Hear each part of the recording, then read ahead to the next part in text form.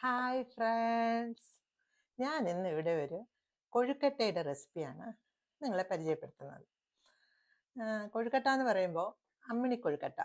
അതിപ്പോൾ ശരിക്കും നമ്മുടെ പലയിടത്തും കാണുന്നുണ്ട്. ഇത് ഒരുപാട് പേര് റെസിപ്പി ഇട്ടിട്ടുണ്ട്. ഞാനുണ്ടല്ലോ ഒരു ചെറിയ മാറ്റം അതിന് വരുത്തി. കുട്ടികളെ പറ്റിക്കാനുള്ള ഒരു ട്രിക്കാണിത്. ഇവിടെ കൊഴുക്കട്ട എന്ന് പറയുമ്പോൾ തന്നെ ഈ ബോൾസ് കാണുമ്പോൾ തന്നെ അവർ പറയും സൂപ്പിലിടുന്ന ബോൾസ് അല്ലേ ഇതെന്ന് കേൾക്കും. പക്ഷെ അല്ല എന്ന് പറഞ്ഞ് അവരെ പറ്റിച്ചതെന്നല്ല, ഇങ്ങനെ ഉണ്ടാക്കുമ്പോൾ കുട്ടികൾ തന്നെ അറിയുന്നില്ല, അവർക്ക് ഭയങ്കര ഇഷ്ടമാകുന്നു. അപ്പം ഞാനതിന് പല കളർ കൊടുത്തു. പല കളർ കൊടുത്തിട്ട് എല്ലാം കൂടി മിക്സ് ചെയ്ത് ലാസ്റ്റിൽ കടുവറുത്തൊക്കെ എടുക്കുമ്പോൾ എല്ലാം കൂടെ മിക്സ് ചെയ്ത് ഇരിക്കുമ്പോൾ പ്ലേറ്റിൽ ഇങ്ങനെ കാണുമ്പോൾ അവർക്ക് ഭയങ്കര സന്തോഷം തോന്നും. അപ്പം ഞാനതൊന്ന് കാണിക്കാം. ഇത് നമ്മൾ സാധാരണ ഇടിയപ്പത്തിനൊക്കെ വറുക്കുന്ന അതേ പച്ചരി തന്നെയാണ്, പൊടിച്ച് വറുക്കുന്ന അതേ പച്ചരി തന്നെയാണ്. അതെടുത്തിട്ട് ഈ വൈറ്റ് കളറിൽ വെറുതെ അങ്ങനെ കുഴച്ചു വെച്ചു. അപ്പം ഇതുപോലെയുള്ള ബോളുകളാണ് ആക്കുന്നത്. നിങ്ങൾ കാണുന്നുണ്ടല്ലോ, ഈ സൈസ് ബോളുകളാക്കി ഉരുട്ടി അത് സെപ്പറേറ്റ് വെച്ചു. പിന്നെ ഈ ഗ്രീൻ കളറിന് വേണ്ടി സ്പിനച്ച് ചീര ഉണ്ടല്ലോ, അത് വേവിച്ച് അതിൻ്റെ ജ്യൂസ് എടുത്ത് മാവിൽ ഒഴിച്ച് കുഴച്ച്, അപ്പോൾ ഈ കളർ കിട്ടി, ഗ്രീൻ കളർ, പച്ച കളർ കിട്ടി. പിന്നെ ഇത് ഇത് വന്ന് ക്യാരറ്റാണ് ഞാൻ അങ്ങനെ ചെയ്തത്. അപ്പം ശരിക്കും ഒറിജിനൽ ക്യാരറ്റിൻ്റെ കളർ കിട്ടിയില്ല, കുറച്ച് മഞ്ഞേ കിട്ടിയുള്ളൂ, പക്ഷെ എനിക്ക് ഈ കളറേ കിട്ടിയുള്ളൂ. ഇത് ബീട്രൂട്ട് ഇതുപോലെ വേവിച്ച് അതിൻ്റെ ജ്യൂസ് എടുത്ത് അത് ഈ സെയിം മാവിൽ, നമ്മൾ ഈ അപ്പത്തിനും പുട്ടിനും ഒക്കെ ഉപയോഗിക്കുന്ന സെയിം മാവിൽ കുഴച്ച് ഇതാ വെച്ചപ്പോൾ ഈ കളർ കിട്ടി, ബീട്രൂട്ടിൻ്റെ കളർ കിട്ടി. ഇതെല്ലാം ഇങ്ങനെ ചെറിയ ചെറിയ ബോളുകളായിട്ട് ഉരുട്ടി, ഇനി ഇത് ഫുള്ളും ഉരുട്ടി ആവി കയറ്റി എടുത്തിട്ട് ഫൈനൽ ഞാൻ കാണിക്കാം, എങ്ങനെയാണ് അത് ഫൈനൽ ചെയ്തതെന്ന് കാണിക്കാം. എല്ലാം നമ്മളിതാ സ്റ്റീം ചെയ്ത് വെച്ചിരിക്കുകയാണ്.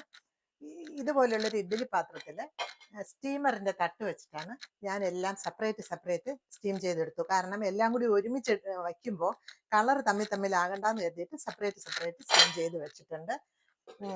ദേ എല്ലാം ഇങ്ങനെ വെച്ചിരിക്കുകയാണ്. ഇനി തേങ്ങയുണ്ട്. അപ്പം ഇനി ഇതിനെ കടുവറുക്കണം. കടുവറുത്ത് എല്ലാം കൂടി മിക്സ് ചെയ്ത് കടുവറുത്തിട്ട് ഒരു രണ്ട് കരിവേപ്പിലയും കൂടി ഇട്ടേക്കണം. കരിവേപ്പിലയും ഇട്ട് കടുവറുത്ത് അങ്ങനെ നമുക്കിതിനെ ഒന്ന് കടുവറുക്കുമ്പോൾ കുറച്ച് വറ്റൽമുളക്, കടുക്, കറിവേപ്പില, കുറച്ച് തേങ്ങ, പിന്നെ ആവശ്യമുണ്ടെങ്കിൽ നമുക്ക് പിന്നെ ചേർക്കാം. തേങ്ങയും ഇട്ടിട്ട് നമുക്ക് എല്ലാ ബോൾസും നമുക്ക് ചേർക്കാം. ഇതിൽ എല്ലാ ബോൾസും ഇങ്ങനെ ചേർക്കാം.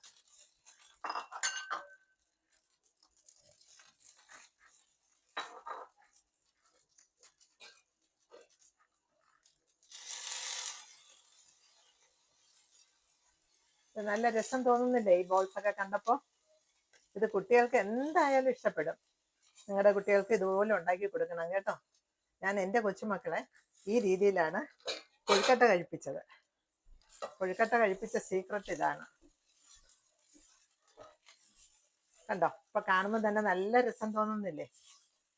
തേങ്ങ ഇത്രയും മതിയാവില്ല എന്ന് തോന്നുന്നുണ്ടെങ്കിൽ കുറച്ച് തേങ്ങയും കൂടെ ചേർക്കാൻ കുഴപ്പമില്ല. പക്ഷെ ഇത് പല നിറങ്ങളായതുകൊണ്ട് തേങ്ങ ഒരുപാട് ചേർക്കണ്ട. പിന്നെ ഞാൻ ഉഴുന്നും പരിപ്പിട്ടില്ല, കുറച്ച് തേങ്ങ മതി.